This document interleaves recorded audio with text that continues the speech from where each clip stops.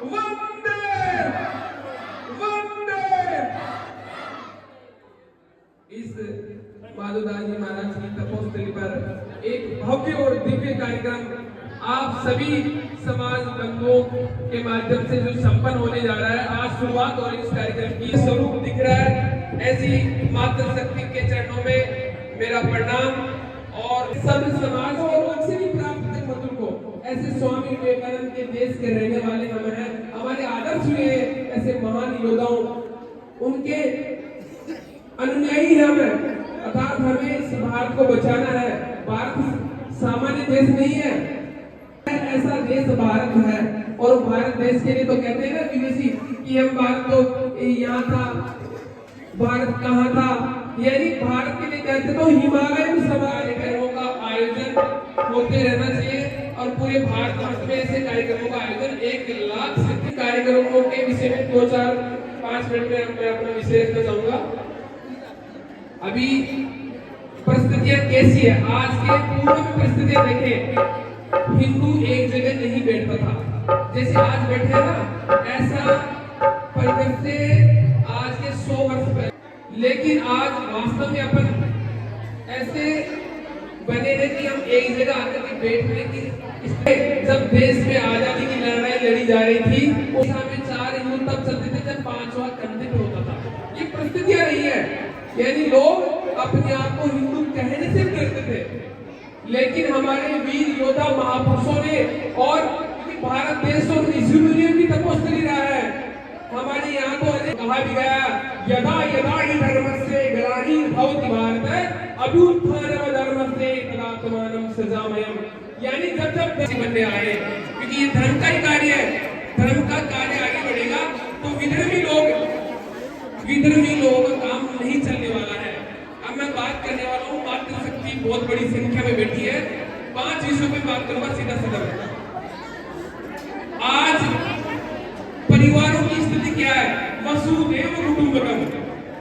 हमने विश्व को एक परिवार के रूप में माना है।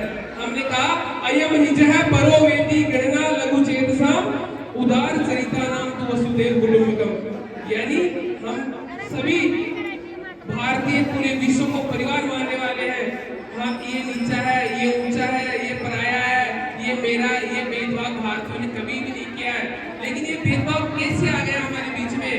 कालांतर में हमारे बाहर से हमारे देश पर विक्रांताओं ने, आक्रांताओं ने हमारे देश पर आक्रमण किया और हमारी संस्कृति और सभ्यता को नष्ट करने का प्रयास किया था। हम सब देखते हैं मुगल राज में क्या था। मुगल राज में हम ठीक तरीके से बोल भी नहीं पाते थे।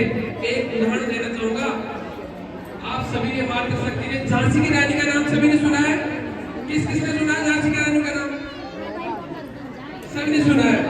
उस झांसी की रानी जो छोटी अवस्था में थी, उस अवस्था में एक मुगल उनसे छेड़खानी करता है, उनको छेड़ता है तो वो अपने पिता के पास में जाके कहती है, पिताजी एक मुगल जो मुसलमान है उसने मेरे को छेड़ा है।